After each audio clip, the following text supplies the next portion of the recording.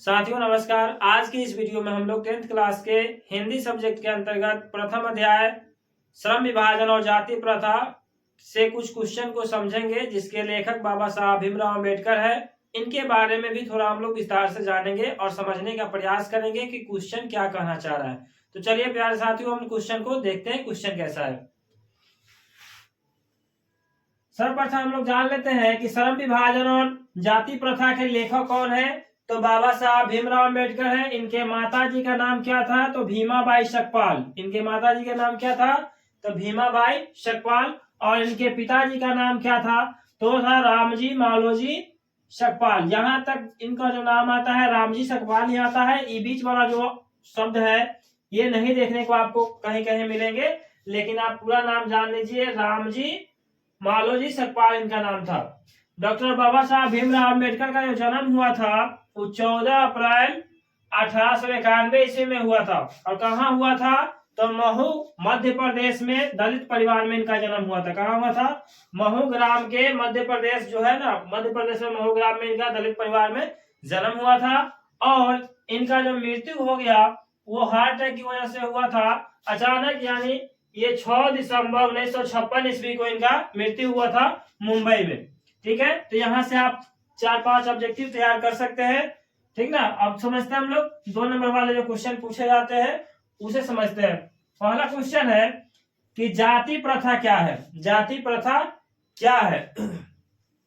तो इसका आंसर है जाति प्रथा एक सामाजिक व्यवस्था है। जाति प्रथा कैसी व्यवस्था है? तो यह सामाजिक व्यवस्था है जो जन्म के आधार पर लोगों को अलग अलग वर्गों में बांटती है। जिस व्यक्ति का जन्म जिस जाति में होता है वह जो है उसी जाति का व्यक्ति कहलाता है, उसी जाति के नाम से जाना जाता है। फिर दूसरा क्वेश्चन है कि लेखक जाति प्रथा को हानिकारक क्यों मानते हैं? लेखक जो है यानी बाबा साहब भीमराव अम्बेडकर जो है जाति प्रथा को हानिकारक क्यों मानते हैं? तो इनके लेखक जो है जाति प्रथा को हानिकारक मानता है क्योंकि यह समाज में असमानता मतलब समान भेदभाव, समानता से नहीं रहता है, भेदभाव और ऊंच नीच की भावना को उत्पन्न करती है। इसीलिए जाति प्रथा जो है बहुत ही ज्यादा खतरनाक है, इसको खत्म कर देना चाहिए सरकार को। तीसरा है जाति प्रथा राष्ट्रीय एकता में बाधक क्यों है? कोई भी जब भी राष्ट्र का बात आता है, अभी खासकर इलेक्शन जब चुनाव होते हैं उस समय लोग जातिवाद ज्यादा होता है, देखने को भी आपको मिलता होगा कि लोग कितना जातिवाद करते हैं। तो जातिवाद एक बहुत बुरी प्रथा है जातिवाद देखा जाए तो यह समाज को कई वर्गों में बांट देती है, कौन किस जाति का है। और हर जात के अंदर भी जात होते हैं, मतलब एक जात में 7 को देखा जाता है, भाग लगाया जाता है, 7 भाग होते हैं एक जात का। तो इससे भाईचारा जो है भाईचारा और एकता कमजोर हो जाती है। इसीलिए जो है ना जाति प्रथा राष्ट्रीय एकता में बाधक है। राष्ट्रीय एकता में क्या है? जाति प्रथा बाधक है। कोई भी कार्य जो है ना आजकल लोग धर्म देख करके नहीं जात देकर करने लगे हैं, ये बहुत खराब चीज है। चौथा है कि श्रम विभाजन से आपका क्या अभिप्राय है, या श्रम विभाजन के बारे में आप क्या जानते हैं?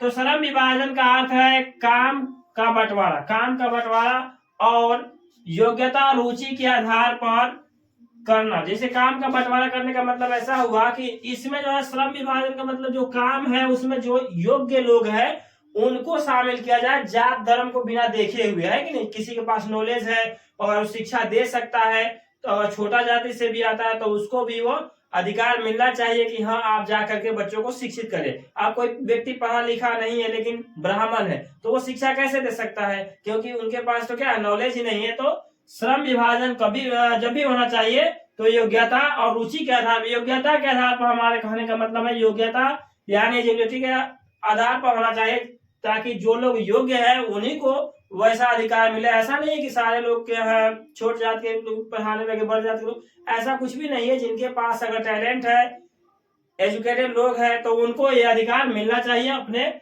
क्या बोलते हैं, अपनी योग्यता के अनुसार रोजगार मिलना चाहिए हर किसी को। 5वां क्वेश्चन है श्रमिक विभाजन। ये था श्रम विभाजन, जो योग्यता के आधार पर मिले तो बहुत ही अच्छा है। और श्रमिक विभाजन, इससे आपका क्या अभिप्राय है? तो श्रमिक विभाजन का अर्थ होता है लोगों को जन्म या जाति, जन्म या जाति के आधार पर बांट देता है कौन? श्रमिक विभाजन, जो बहुत ही खराब है। ऐसा नहीं होना चाहिए। ऐसा नहीं कि हाँ कोई व्यक्ति अगर नाई जो है जो बाल काटने का कार्य करता है, वो केवल भर उसके पापा भी बाल काटे, उसके दादा भी, और वो भी, उसके आने वाले बच्चे भी। तो ये खराब चीज है, व्यवस्था बहुत ही खराब है श्रमिक विभाजन का। तो ये जो है बहुत खराब है, इसको बदला जाना चाहिए। किसके अनुसार? तो योग्यता के अनुसार जो है कार्य करना चाहिए, और कार्य उनको करने का अधिकार भी प्राप्त होना चाहिए। ऐसा अधिकार भी है, लेकिन सामाजिक स्तर पर इसमें और भी ज्यादा पारदर्शिता लाने की आवश्यकता है। छठा क्वेश्चन है कि जाति प्रथा मुख्य रूप से जाति प्रथा का मुख्य आधार क्या है? जाति प्रथा का मुख्य आधार क्या है? तो जाति प्रथा का मुख्य आधार जो है जन्म है।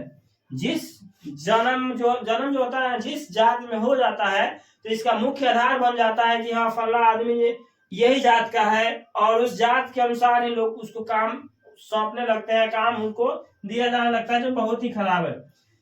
अगला क्वेश्चन है, जाति प्रथा से समाज को क्या हानि होती है? जाति प्रथा से समाज को बहुत हानि होता है, लेकिन इस पर कोई ध्यान नहीं देता है। हालांकि इससे बहुत ज्यादा भेदभाव भी बढ़ता है।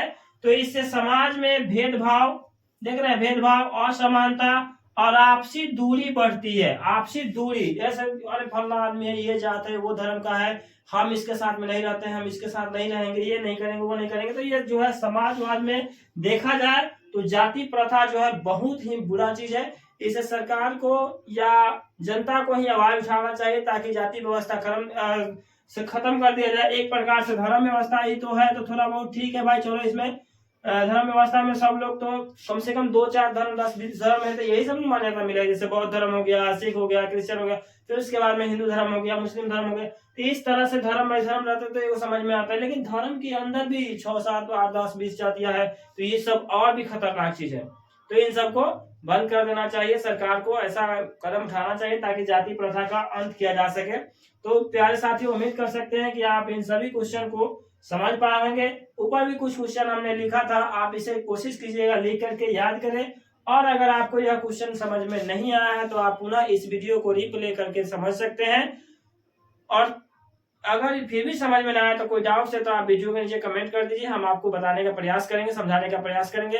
प्यारे साथियों, अगर आपको यह वीडियो अच्छी लग रही है, तो इस तरह के चाहते हैं और भी आप वीडियो देखना, क्वेश्चन को समझना चाहते हैं आसान भाषा में, तो आप इस चैनल को सब्सक्राइब कीजिए, वीडियो को लाइक तथा शेयर कीजिए, ताकि मेरे हर आने वाले वीडियो का नोटिफिकेशन आपके पास सफलतापूर्वक पहुंच सके।